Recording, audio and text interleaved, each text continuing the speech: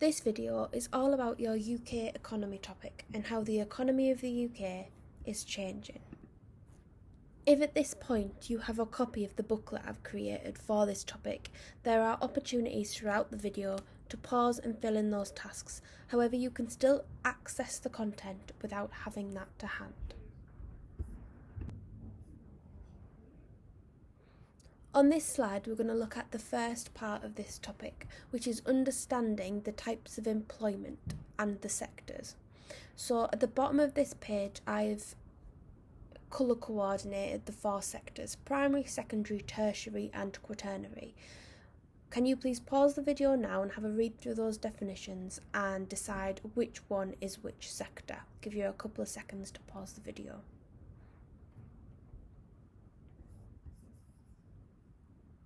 Okay, so first one, the provision of services for other people. So bankers, teachers, shop workers, waiters, that is the tertiary sector.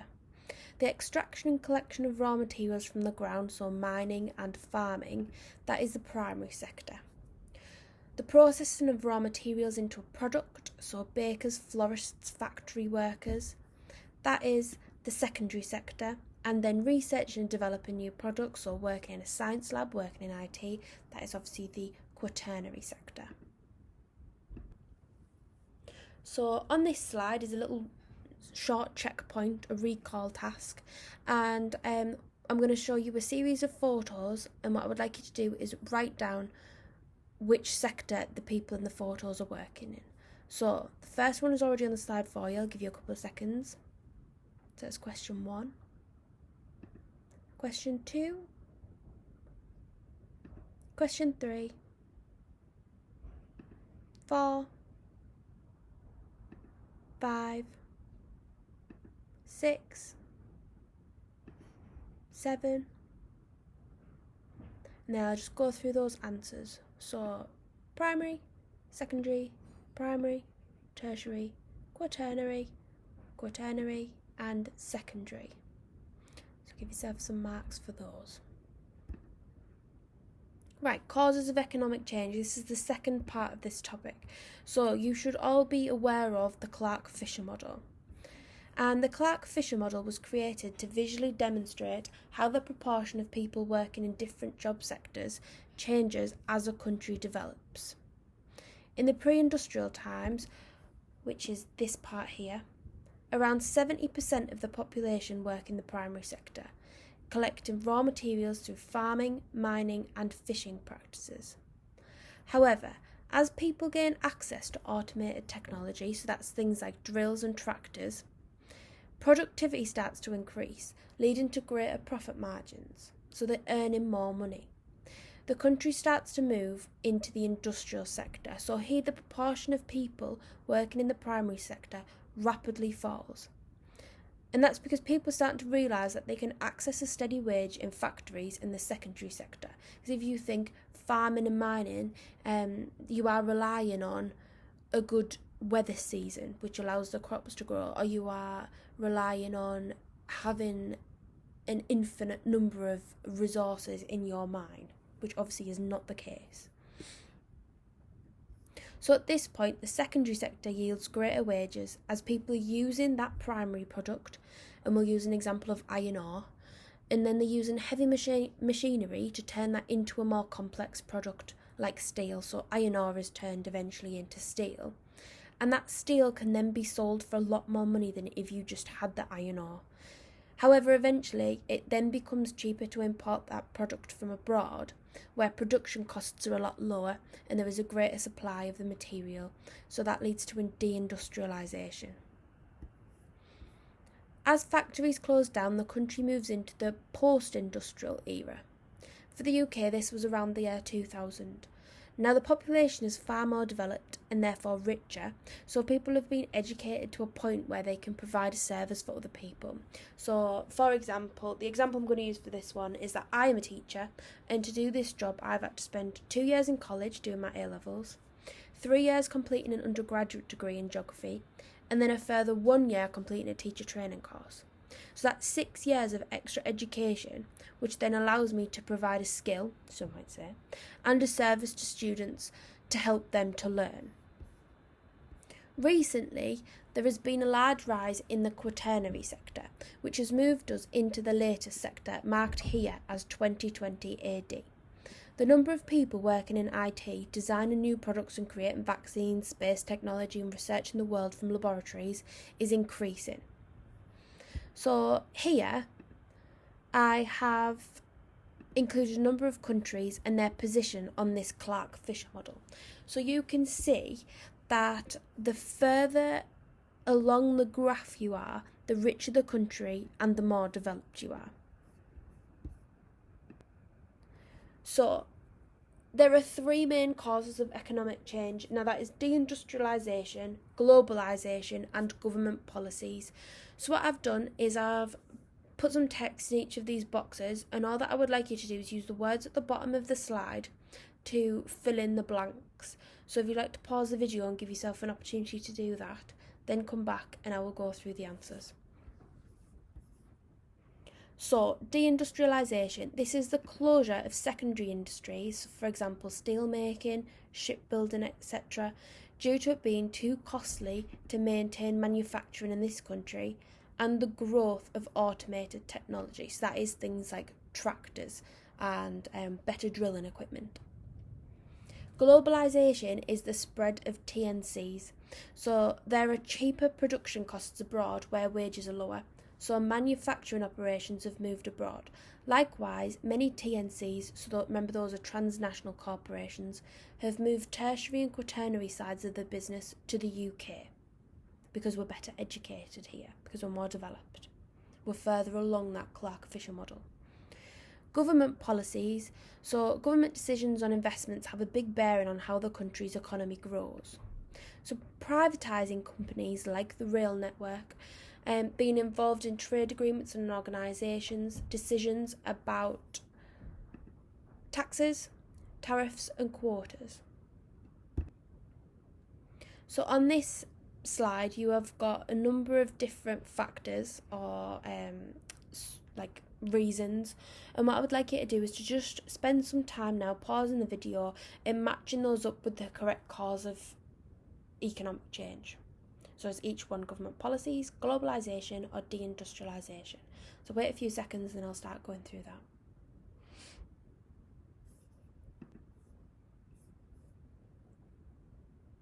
So automation, where machines replace people, that is deindustrialisation. Some TNCs have moved their tertiary and quaternary jobs to the UK, that is globalisation. Goods can be made cheaper in other countries, so for example China, because wages are lower, deindustrialisation. The next one is decisions about taxes, tariffs, charges for importing and exporting, and quotas, so limits on certain goods, that is obviously government policies. Worldwide trade, transport and communication is easier and cheaper now, that is globalisation. The sale and privatisation of manufacturing companies, bringing change to operations. So that has happened with British Steel. Government policies. Making trade agreements with different countries or organisations. Government policies, that is a government's responsibility to do. And we'll talk more about that later on in this slide. Some raw materials have been exhausted, used up, so manufacturing is more difficult. So if you run out of material to mine, farm or fish, it leads to deindustrialisation. So I thought for this task I will include the Clark-Fisher model, and in your booklet, which is, it looks like this, task 5, you should explain why countries at different stages of economic development have different employment structures. So like I talked about on the slide that has the Clark-Fisher model on, you can go back to that and listen to the reasons why it changes through time. And in that pink box at the bottom for your grammar, I've put on the little snippet that's on my whiteboard, add a bit of spice.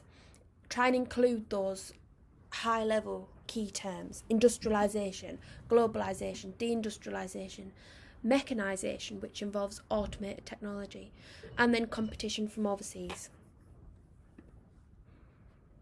The next subtopic of this topic is post-industrial economy. So in the UK today, we have seen a growth in employment in the following areas. So that is services, ICT, finance and research. And we're going to go through each of those. So the first one is services. The service sector makes up around 75% of the UK's economy. 4 million people in the UK are employed in retail-based jobs alone. And that is out of a population of almost 70 million. So that's quite a large amount of our population. The UK exports services too, and examples of this are tourism and education. And the UK is the second largest exporter of services globally. Finance. So finance jobs include accountancy, working in banks and building societies, insurance, investments and pensions. The UK is home to many global financial institutions, so like Barclays, like Aviva, Santander. Some, like HSBC, actually have their global headquarters in the UK. In ICT, over 670,000 people now work in information technology, which is abbreviated to IT, and that is increasing year on year. In the UK today, we have around 100,000 software companies in operation, so some of the biggest ones are Microsoft and IBM. The UK has the largest mobile device market in Europe, and that is worth £14 billion per year. The UK's cybersecurity market has grown and is now worth £2.8 billion per year, so this ICT industry is worth an awful lot of money for the UK economy. Research. Research and development is increasing in the UK on a rapid scale, and that is making use of the UK's skilled university graduates. So remember, because we are a more developed country, more and more people are going to university and getting those qualifications to make them stand out in a competitive market. In 2016, over £33 billion alone was spent on research and development in the UK. And examples of these companies that research and develop products are the NHS, the engineering sector, different universities with their lecturers and their research projects, charities, businesses and finance. The next subtopic is about science parks. So I've put in a little mini case study here, and if you're from the school that I work at, this is what we will look at. But obviously, if you're watching this and you're from a different school, from somewhere else in the country, you probably won't have used this mini case study. We look at the Sage Business Park, and that is found on the outskirts of Newcastle. It is a purpose-built business park, and it's constructed on green space, so what we call a greenfield site, and it's found to the north of the city of Newcastle. Whilst I'm still focusing on Sage Business Park for this part, this will apply to almost any business and science park in the UK. It would just be different, like specific case study specific information, so the types of motorways that it would access are different. So why are business and science parks located on the outskirts of cities? There is room for expansion, and that is because it is found on open green space, and that enables companies to more easily meet those environmental planning laws. The land also tends to be cheaper than in the city centre on the outskirts. It has good transport links, so you can very quickly and very easily access the main roads. So for Sage it is the A1. You can access railways such as the East Coast Main Line and the airport, which is Newcastle International. Less congested than in the city centre. So if you imagine if you are producing products and you're located in the city centre, your drivers, as they try to transport those products, would be stuck in congested road networks. So if you are on the outskirts, you've got very quick access to the motorways with very little congestion. It's close to housing to accommodate the workforce. Cities are urban areas, so they've got lots of housing opportunities. So it's a good thing to be located close to a city. It's a blank canvas, so the business park can be purpose built to suit the needs of the company. So that ties back into it being a greenfield site. Because you imagine if you built it on a brownfield site in the middle of the city, you would have to tear down the building that's already there, and then you'd be restricted on space, so you might not be able to design your business or science park to the exact specification that you would like. Newcastle also has 2 universities, which means they have access to university research, so they can work together to develop cutting-edge technology. Something really, really important here is that the links formed with the university may see postgraduates seek employment here, so that science park will actually get an influx of really highly skilled students as soon as they leave university every single year, so they'll be able to get the cream of the crop. Business and science parks are increasingly becoming more environmentally friendly, so you need to bear this in mind when you are answering this in your exam. Modern industry sites are much more sustainable than in the past today, and there are a number of reasons for this. So many sites have invested in renewable energy, so they'll have solar panels on the roof of their building, they might have wind turbines. If they're near a river, they might harness that water energy. There are strict environmental targets to reduce pollution. Heavy fines are given when those targets are broken. And business and science parks are set in open areas with landscaped green spaces, so they are intricately designed to be better for the environment. They might have lots of trees planted so that if they are polluting a lot of carbon dioxide, those trees might bring it to net zero, or they'll take in a lot of the carbon dioxide, or that would be the aim. The next subtopic is about changing rural areas. In many parts of the UK, our rural areas are changing, and that can be due to population decline, but others can have population increase, and there are different reasons for that. So just have a consideration of the following factors. So how do you think it'll change due to nearby urban areas, due to transport networks, how close that rural area is to the capital city, what the climate is like, and whether there's a factor of isolation and remoteness. So on this slide, I've used the 2 case studies that we use at our school. So there's population decline in Western Cumbria, but then there's population increase in North Somerset. Now these are both rural areas, but there are different factors at play. So can you please have a look at these 2 tables and categorise each of those into social or economic impact. Remember, social is all to do with people, and the economy or economic is all to do with money. So pause this video and give yourself a chance to have a look through those. Okay, so the first one, population decline in Western Cumbria. So number 1, young people have left, leading to a high proportion of elderly people who put pressure on health services. That is a social factor. Shops have closed, and others, such as Marks and Spencer, are at risk of closing. That is an economic impact. So as people have moved out, the demand for the shopping facilities is not there anymore, and obviously now a lot of our shopping is dealt with online, so a lot of these supermarkets and shops are having to close down in the high street. That is economic because they are losing money. The next one, schools and other services may be at risk of closure. If you haven't got a lot of young people, then these services are not going to be needed anymore, so that is a social impact.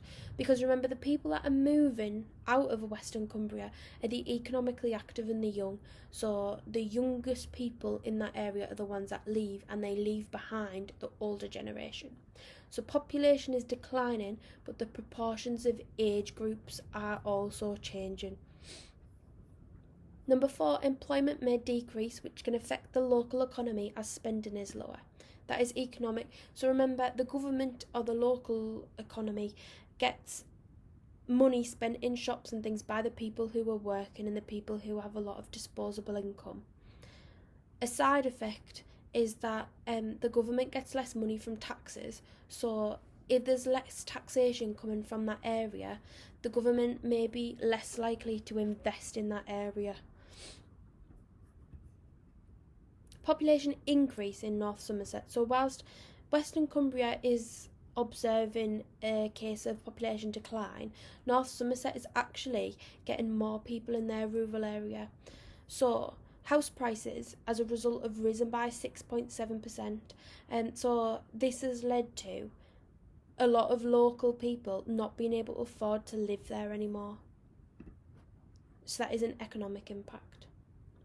The character of the village may change, which can cause conflict. That is a social impact. Roads are congested by commuter travel to Bristol. A social impact. So what happens is a lot of people from the city where we went through a period of urbanisation, we're now starting to see a period of counter-urbanisation. So people are wanting to have more space, to want a better quality of life. So they are moving out of the city, out of the urban area, into rural areas, and then just commuting to work. So they get nicknamed commuter settlements. So employment and wages are above the national average. That is an economic impact. So hence why the house prices have risen and they're outpricing the locals. The new people that are moving in, work in the city, have high paid jobs, and that leads to the average employment and wage status in that area rising. Schools have become oversubscribed as families move in, so that is social, and pressure increases on healthcare as the elderly move in. Social. The next subtopic is all about the North-South divide. So in England, the North-South divide refers to the economic or monetary, so all to do with money, and cultural differences between the north and south of the country. So on this figure on the right, you can see the North-South divide is delineated by this line. Now, what we need to understand is the reasons for that divide. So the first reason is the UK's changing economy. Deindustrialisation has a greater negative impact on the north of the UK than on the south. I know from where I am from, or from where we are from, up in the north east of England, we have seen many of our collieries shut down because we relied on that secondary sector quite heavily. So you have a lot of disadvantaged and vulnerable people now who have had generational suffering over the years due to those mines and industries shutting down. Number 2, wages are lower in the north. So in 2014, the average weekly wage was 40% lower in Huddersfield compared to London. And number 3, health is generally worse in the north. We have lower life expectancies and more cases of chronic illness, which is in part due to lower investment from the government. So you can see at the top of this figure here, government spending per person. In London, they get £9,176 per person, whereas up in Yorkshire, which is near us, you only get £7,623 per person. Now, that is quite a stark difference, around about £1,500 difference per person. And you can see the life expectancy between Liverpool and Cambridge is almost 4 years difference. And average house prices in the north are a lot lower than what they are in London. This bit in the bottom is always a shocking statistic, which is southern students more likely to attend a top university. So there are a number of strategies that have been put in place by the government which aim to resolve regional differences. The first one is devolving powers, the second is creating enterprise zones, and the third is the Northern Powerhouse. So what I would like you to do now is just have a read through each of those and decide which one matches up with each strategy. So I've muddled them up there. Pause the video. Right, so the first one, the government's plan to reduce the inequality between the north and south by attracting investment into the north. They aim to do this by improving transport links, investing in superfast broadband, spending £70 million on improving schools, and opening numerous research and employment training facilities. So that is all to do with this strategy called the Northern Powerhouse. The next one, Scotland, Wales and Northern Ireland have their own governments with independence. This allows them to use the money on schemes they feel will best benefit their local community. So they might choose to spend their money on better public transport because their cities are particularly congested. Or they might choose to spend the money on regeneration projects because they've suffered from house abandonment in their local area, and they want to make it look more aesthetically pleasing and welcome people back into the local community because they've got a lot of abandoned houses. And then the final one, so that one was devolving powers. So the government allows satellite governments to pop up and have their own independence. And then the last one is obviously creating enterprise zones. So 55 zones have been created across England, Scotland and Wales. These zones are found in areas with high unemployment, and that is because it's hoped to stimulate these areas through investment and creation of businesses. So incentives have been offered to companies to locate here. So they'll be offered things like tax discounts, so they don't have to pay as much tax, simple planning laws and improved infrastructure. So anything that can get to entice businesses to move in, because then that will stimulate local improvement to the economy. So what I would like you to do, this is in your booklet as well, is match up the examples with the correct reasons. So it's each one: devolution of power, enterprise zones or the Northern Powerhouse. Pause the video. First one, criticised for being more of a concept than an idea rather than a concrete plan. That is the Northern Powerhouse.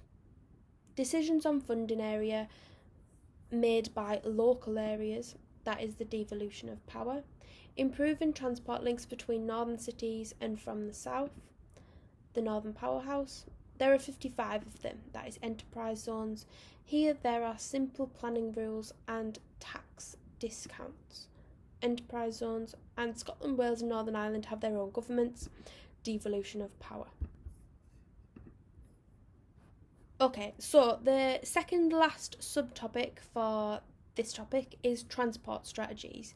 So between 2016 and 2020, the UK government invested £100 billion at least into transport networks.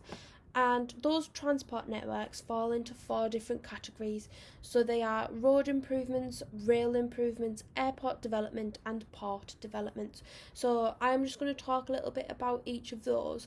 And if you are working from the booklet, there is a table sort of thing in there so that you can fill in some information about each of these strategies as I talk through it. So, road improvements. The UK government launched a £15 billion road improvement strategy in 2014, which aimed to improve the condition and capacity of UK roads so they would be able to fit more people on at once, which will then reduce congestion. They also introduced smart motorways on busy stretches of road to improve the flow of traffic and reduce congestion. So that would be where the hard shoulder would be used in certain instances of high volume traffic, so that people could use that smart motorway, and they would then do a speed limit reduction or increase on that road, whichever was the most appropriate to do, just to reduce the amount of people that are at standstill. And that's also good for the environment, because if you're at standstill, you are polluting more for the environment than you need to be.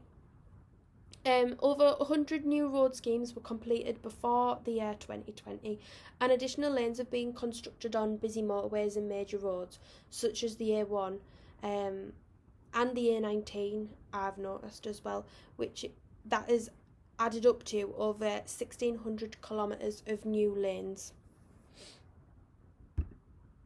Rail improvements. So there is recognition that UK's rail infrastructure is ageing, and there's often jokes about Northern Rail and how old that is, because they think that's from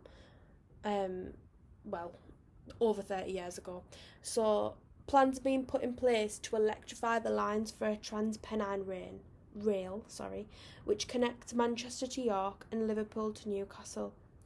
And the HS2 will aim to reduce the divide by connecting the north and south, which a lot could be said about that now, but I will address that in a different video, because the HS2 is very much a work in progress, where we get new information about that all the time and it's constantly changing.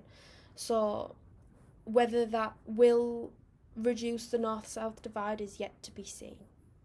I'm just going to pop these both up at the same time. So, airport development. 3.6% of the UK's GDP comes from airports. Over 750,000 flights depart the UK each year, carrying 200 million passengers and 2 million tonnes of freight through the airports. Heathrow Airport expansion aims to build a third runway to reduce congestion and increase capacity. You've then also got port developments. So Maritime 2050 aims to be a comprehensive map of measures needed to guarantee the country's continued prominence in the global shipping trade. So basically, the UK wants to continue being a superpower in world shipping trade. 18 privatised ports, so they are owned by private companies, have started making a series of infrastructure investments, with planned spending totalling £1.7 billion by 2022. Bristol alone is spending £400 million to enlarge the docks so that the port can be used by the world's largest container ships.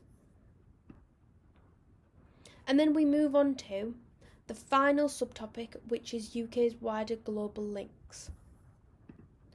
So for this part, you need to understand how the UK plays a vital economic role on the world stage. So the first one that you would look at is culture. So the UK's strong creative industries mean that our culture is exported globally. So an example is Shaun the Sheep, and that is made in Bristol, but it is shown in 170 countries. You've also got Doctor Who, which we're very famous for, and you've also got to consider that immigration has shaped our culture massively, leading to what we call cultural diversity in things such as food, art and music. So a lot of the things that we pride ourselves on being British for, we haven't actually invented ourselves. We've sort of borrowed them from other cultures. Transport. So large airports such as Heathrow act as international hubs. We've also got the Channel Tunnel, which is the link from the UK to France and the rest of mainland Europe. And we've also got Southampton Port, that links people via cruises to the rest of the world and is used for trade. There are obviously lots and lots of other examples of ports and links to the rest of the to the rest of the world through airports, but those are just the ones that I've included here. We also have strong communication networks. So obviously communication is just the way that you are in contact with other parts of the world or other people. And telephones and the internet make it easier for people to communicate globally, which then allows for more money to be made because you have a wider audience to sell your goods to. So transatlantic cables carrying phone lines and internet connections link Europe with the USA and are routed via the UK. The Arctic Fibre links London to Tokyo via Europe and Asia. Commonwealth countries. So if you just look at that map there, the Commonwealth is a group of 53 countries who were once British colonies. The group promotes trading links, cultural links and sporting connections. So we have really strong trading links with the other members of the Commonwealth. We've also got the European Union. Now, the European Union, or the EU, is an economic and political partnership of 27 countries. So the UK, as you probably, I should hope, already know, it has now left the EU. But the UK hopes, to maintain positive relationships with other EU countries by agreeing trade deals and terms over the free movement of people. And that just means that UK citizens will be able to freely move throughout Europe, whether that be on holiday or travelling for work or whatever other reason. But something I just want to make clear now, as I know that this causes a lot of confusion sometimes, is that the UK has left the EU. We have not left Europe. So the European Union is a political partnership of those 27 countries which promotes really good trade deals. So we had good trade links with all of the countries in the EU when we were part of it, which allowed us to make more money. And we got good deals on products that we purchased from other countries. So now we've left the EU, that puts us in a difficult position where we'd have to negotiate new trade agreements with each of those countries, and they might not be favourable for us anymore. So what I would like you to do now is to link the following facts to their correct category. So remember, we've just spoken about those 5 factors: trade, culture, transport and electronic communications, and then political alliances. But remember, the political alliances that I spoke about was the Commonwealth and the EU. So please pause the video now and then come back in a few seconds and I will reveal the answers. So the Channel Tunnel connects the UK to mainland Europe, that is transport. Transatlantic cables connect Europe to the USA, that is electronic communications. Shaun the Sheep, which was created in Bristol, is shown in 170 countries.